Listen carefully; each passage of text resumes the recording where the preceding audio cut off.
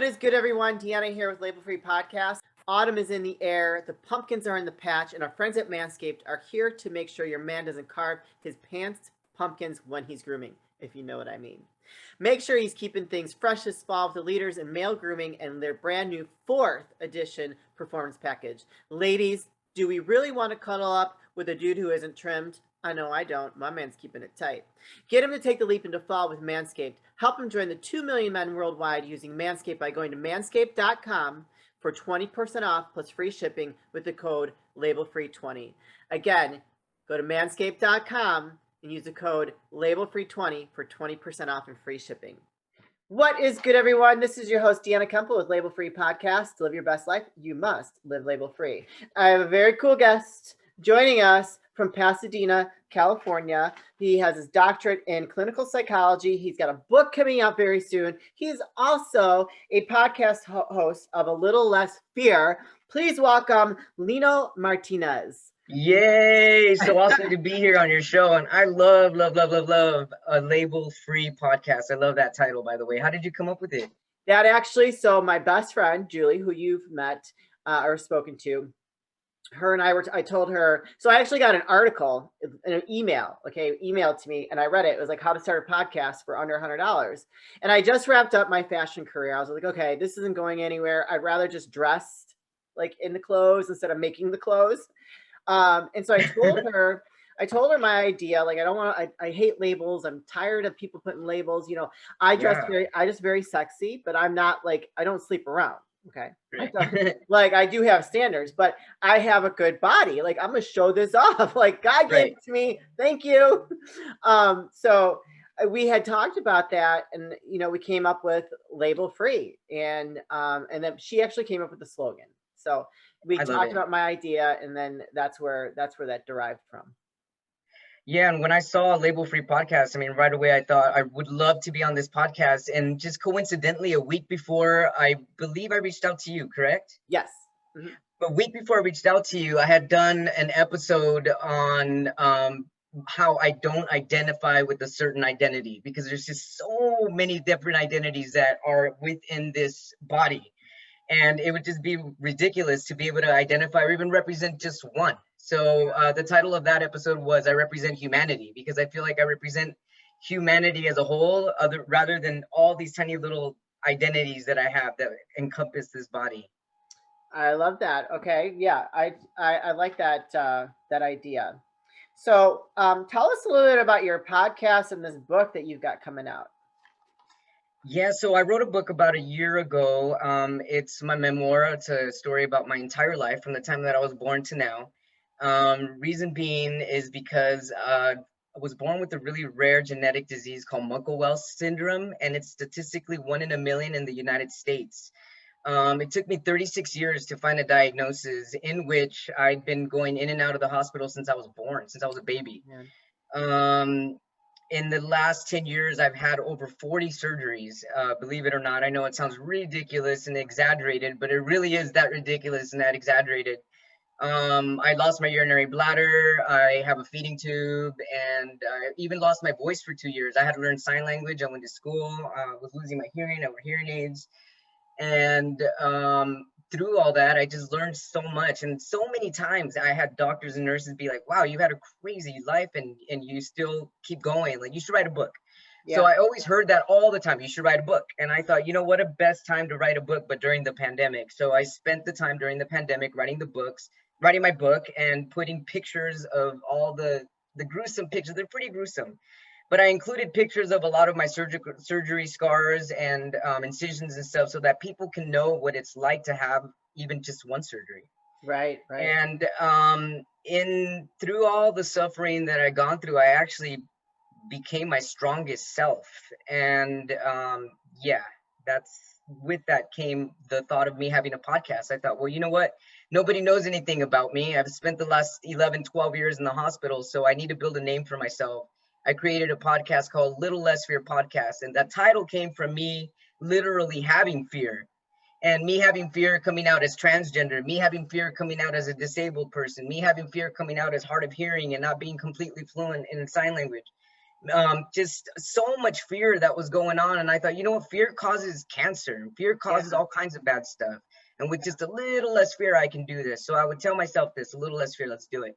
So I came up with the slogan, the logo, the pictures, the colors, and I just kept going from there. And here I am on your show, and I'm really, really grateful being here. Thank you so much. Well, I'm very happy and honored to have you.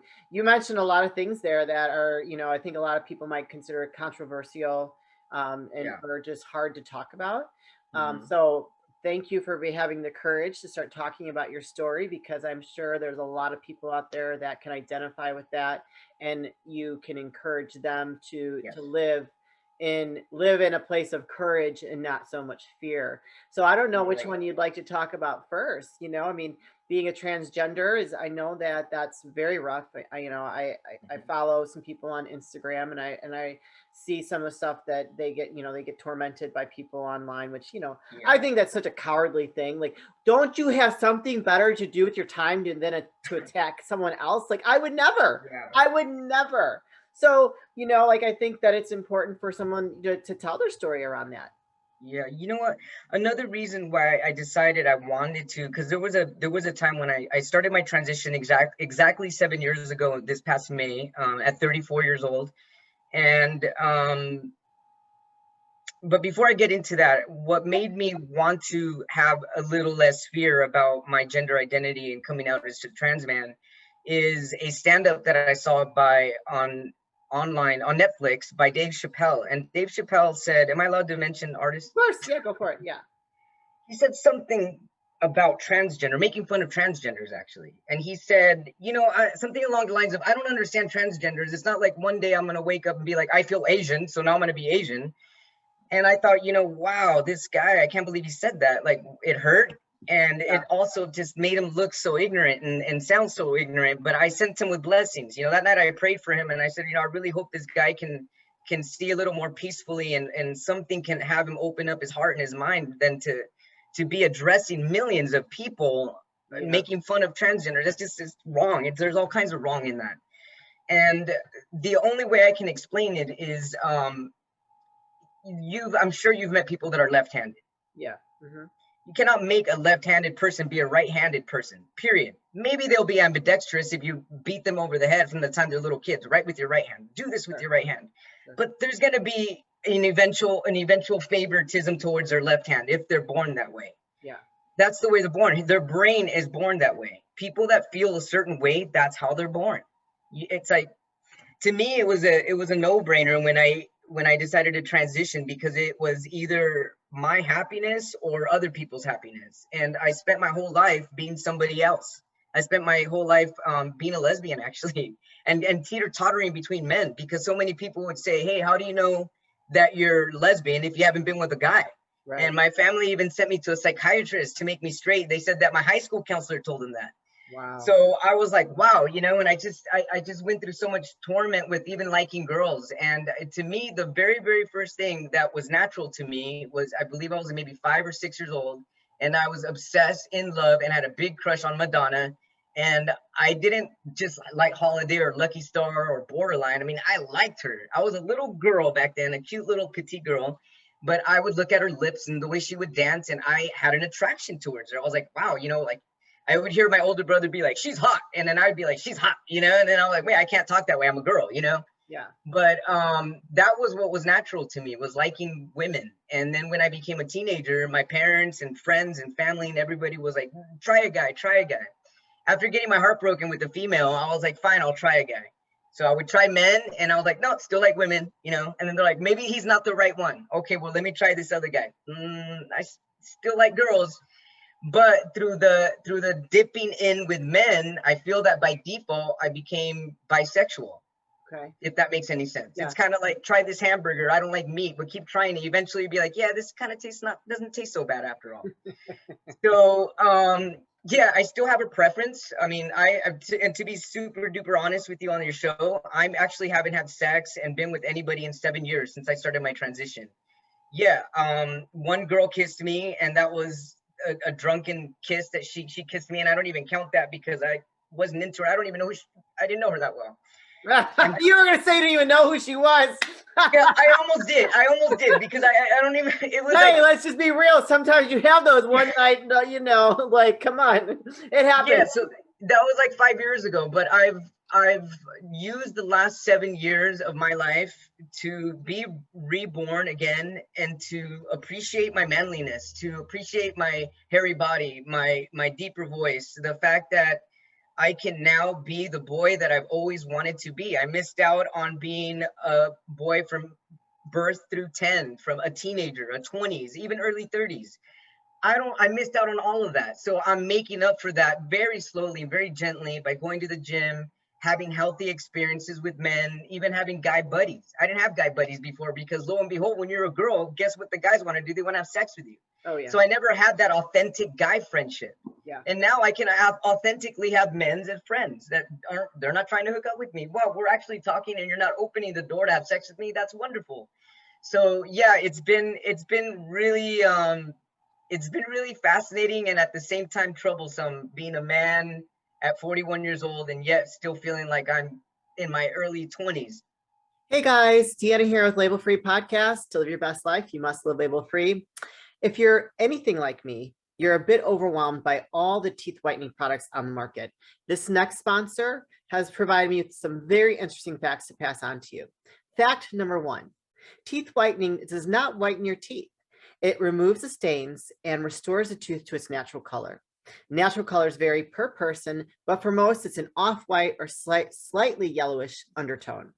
Fact number two, teeth whitening does not damage teeth, but it does temporarily dehydrate. When dehydrated, the pores in the enamel are open and exposed. Open pores invite acids and sugars, which, as we all know, lead to tooth decay. Avoid or minimize acidic and sugary substance for at least 24 hours after whitening. Also, avoid staining substances as the teeth are more susceptible to restaining during this period. Fact number three, tooth sensitivity is the result of tooth dehydration. When the pores of the enamel are open, the teeth become dehydrated, exposing the nerve to the elements. As the tooth rehydrates, the sensitivity will dissipate. To accelerate the rehydration and curb sensitivity, use a post-whitening application known as remineralization or desensitizing gel. Fact number four, caps and veneers cannot be whitened because they do not have pores for the stains to latch to. Prior to having dental work, you should whiten your teeth, restoring them to their natural color, as the dentist will be color matching to your current shade. Fact number five, the key to teeth whitening is the delivery device. So long as a whitening product is a peroxide based whitener, it will remove the stains. What differentiates one product from the next is the device that holds the whitening agent to the tooth without interruption. Whitening strips neglect the crevices and molars, and they slide on your teeth. Saliva floods the generic trays because they are bulky and do not create a seal. And that's something I used to use. So it's good to know this. And you likely did not know this, but LED lights are novelty items that add no benefit. You need a high output UV light only found at the dentist. Don't fall for the gimmick. If you insist on a light that does not work, get one on Amazon for under $15 or under $5, whatever. The number one whitening device recommended by dentists is a custom fitted tray.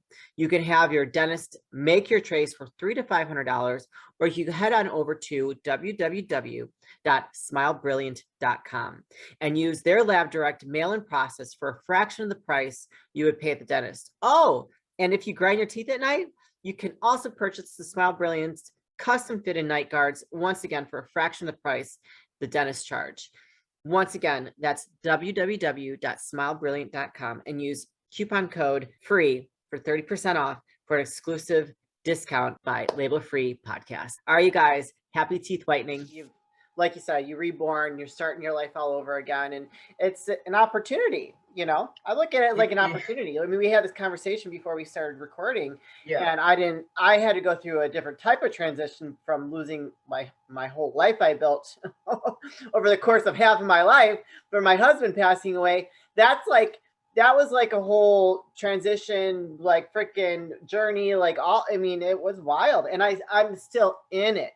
I'm in my first serious relationship in the last 5 years now. So it's first one, because First of all, when you go from being married and being single in this day and age, which I'm sure you know, it's very, very it's very different. I was with my husband for Crazy. almost half my life when he passed. Like I met him at 23. So Oh like, man, you are you pretty much are starting over too. oh yeah, for sure, for sure. But I've met a great man. He's awesome. I love him to death. He is the sweetest man I've ever met. Just and he's also very alpha. I like alpha. But and I'm alpha too though, but we get along. Like I like that. I like someone to challenge me, and I'm sure I think he likes that I challenge him. So it's good, you know. Um but yeah, I think that it's kind of an I look at it as a positive opportunity when you have the chance to start things over, as long as you Absolutely. make it a positive opportunity. I Yes, think it could go either way, right? it can. It totally can. Yeah. Yeah. So do you have like, with that being said, with what you're going through right now, I mean, Uh-huh. what are some of the messages that you'd like to leave with anyone that might be teeter-tottering or that gone through it? You know, I mean, because you're a little bit further along in your journey than possibly hmm a lot of people out there. hmm You know, I one of the most important things that I can tell people who are teeter-tottering or thinking about it is first don't compare yourself to others' journeys because everybody's journey is individual, and because it's so individualistic, it's very unique to you and nobody else. And it's very important also, just to make sure that when somebody does try to transit, when they begin their transition, it is a good idea to go to therapy before. You know, some people are like, well, why do I need therapy? Or I read on social media, people, I don't need therapy for someone to tell me how to be. Like, no one's going to tell you how to be. Someone's going to sit there and listen to you. And sometimes you need to hear yourself saying it, because writing it Yeah. down or talking to other people is different than when you actually confess it and say, wait, is this true to me? Do I really feel this way? Yeah. So it's kind of, I mean, it's a very, I tiptoe with that as well, because there's a lot of kids that I feel that they want to transition so young, like 15, 16, but it's like, whoa, hold up a minute. Like, to get to know yourself a little more, enjoy life outside your identity, and Yeah. then things will start open up. You know, learn to love yourself first. I absolutely love that message. And I feel like that is very, very good advice because I can't even imagine the dynamics around having to go through something like that and to be at a young age and do that when you're not even really fully grown and you Yeah. haven't really experienced life yet. You don't even know who you are. Like who I was at 20 was so different to who I was at 30. Who I am now in my 40s is so different than who I was in my 30s. Like you really, and it took a long time for me to love myself. Yeah. It took a long time for me to love myself, and I'm very confident, don't get me wrong, but we do have self-sabotaging behavior, and I've done some of that, you know, in a way that wasn't so detrimental to myself, but I acknowledge it now. You know, I can hmm look back and say, oh wow, you know, I really wasn't loving myself back then. I really wasn't surrounding myself with great people. I wasn't, you know, I wasn't feeding myself positive things in my soul and taking care, you know, just like all of that, you know, and you're Buddhist, right? So like there's a spiritual component that comes in as well, hmm because you can't go against that grain either. Is, you know, you have to Right. make sure that you are in line with your true beliefs. But when you're that young, how do you know what your true beliefs really are? Exactly. Yeah. Oh Oh man, yeah. we could talk about this forever. Let's go. I'm just kidding. I know I can.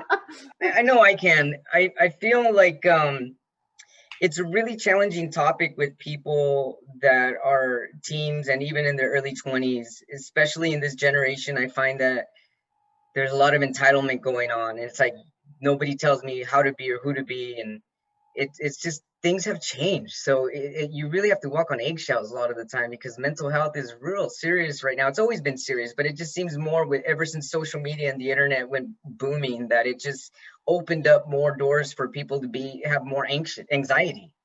So it's challenging, but I definitely think people should have a therapist or psychologist, psychiatrist of some sort if you're thinking of change. I mean, anybody needs therapy, period. But Yeah, even so, when you're going to change your identity, because there's more to just changing your identity. I mean, you got to change your body, and mentally you got to be ready for it, and it's just there's a lot of preparation to go with it. I believe in therapy too. I think it's very important to process yourself. You know, Yeah, even if you're good, bad, or indifferent, whether you're having a great time in your life, you're having a, you know, you're having a hard time, you're struggling in life, like right, just to go and to talk to someone that has like no opinion on your life whatsoever, and but right, just to process different things, you know. exactly. And it's good, even like if you're having a good streak in life, everything's great, like, oh yeah, this, that, the other thing. It's even good to go then, because then you can identify the constants in your life that has making it so great at that moment, you know, and you can try to recreate that over and over and over again. You know what I mean? Like Right, I'm totally. a big believer in therapy. I think it's so good because yeah, it's necessary. You know, people think that they know it all. We don't. You don't know it all. I don't know it Right. all. I know nothing. I felt I mean, I really give praise to people that do change their identity, their gender, male to female, female to male, because it's not an easy road, especially, I mean, at a later age. I feel that the challenge that I was faced with was also having a disability and a progressive genetic disease at the same time when I decided to transition. And to me, it was life or death. Like, okay, if I'm gonna have a short life because of this disease, do I want to live the rest of my life in the female body to please the world? No. I mean, that was like putting on a costume every day. It was exhausting. I Yeah. mean, my closet was like female clothes and male clothes. Females whenever I see guys, or whenever I see my mom or my dad or my brother, and then male clothes when I'm home to be me. And it was like, wow, it's really exhausting to live a dual life. And now life for me is a lot more peaceful. I can just put on a shirt, and I mean, I've had all the surgeries. I've had a double mastectomy. I can show you my scars and my feeding tube. See, you can tell these are my Not so bad. scars. Yeah, it's my feeding tube. So yeah, I know that I knew that I already had gone through enough surgeries for healthier life, for to help aid in the progressive genetic disease, but I was willing to go through more pain to have a sustainable body. And having that sustainable body was me being true to myself, and that would be me taking my breast off. That would mean me having a complete hysterectomy. That would mean me having a small penis. Like, whatever it is, like, even though I went through all those other surgeries, they were different surgeries, different type of pain for different type of purpose. But now you found a doctor that was able to help you with your genetic disease, correct? Isn't that what you told I me? did. Luckily, you know what's crazy is I had this immunologist that initially I gave her my genetic report, and in it told her how to treat me, the type of medication that was out there, a specific biologic, also known as an immunosuppressant. But she was gung ho in her head that I had something else, and she wasn't starting me on that medication. And within 2 years of me going to see her every 3 months, things were progressing. My energy was getting worse. I had lost my voice. I had masses in my larynx. Like, I couldn't even talk. And she still said, I'm sorry. I just think you have something else. So, and then the reason I'm sharing this story is to give people hope that anytime anytime that there's a wall, a block, that only means that there's going to be a detour to something better. And I learned that the hard way, because after all that, I realized I was in so much pain, and I thought, you know what? Because of this doctor, these are the things that went through my head, and it's in my book. And note before I finish telling you the story that I have forgiven her and I've moved on. But I was very upset because I thought, you know what? This doctor's not putting me on the right medication. I'm giving her the paperwork, the medication she's supposed to treat me with. And what's happening in this last 2 years? I'm losing my voice. I can't work. I can't have a job. I mean, you need a voice to work. I got to learn sign language. I was very upset. So I tried to sue her, but they actually told me that I waited too long. They're like, "Why'd you wait 2 years?" And I was like, "Well, because I've had masses in my larynx, and I had this surgery, and I had this and Right. that. I haven't had Right. time." And they said, "Unfortunately, you have to sue her within 6 months of her not treating you." And I was like, 6 months? It's been 2 years. Sorry, no can do. So rather than getting super duper pissed, I just remember putting all my paperwork down and taking a deep breath and being like, you know what? There's got to be a reason for all of this. Period. There's always a reason for everything. So I decided to go back to UCLA, and I met with this doctor that told me, "Hey, you know what? I think I found your match." And I was like, "What do you mean?" He was like, "There's a new doctor here, and he happens to know a lot about rare genetic diseases." And I was like, "Really? Okay, cool." So I met with the doctor who saved my life, by the way. He's amazing. Dr. Manesh Butte, shout out to you. I love you. Anyway, so it happens that he knows the doctor that discovered my disease. Okay. And wow. I mean, That's sure enough, crazy. he's like, yeah, he was like, you know what? There's no reason why I shouldn't put you on this medication. Yeah. But before we put you on this medication, you have to have a bunch of other surgeries first. Like I had masses in my larynx that needed to be coming. I had 3 of them. They needed to come out.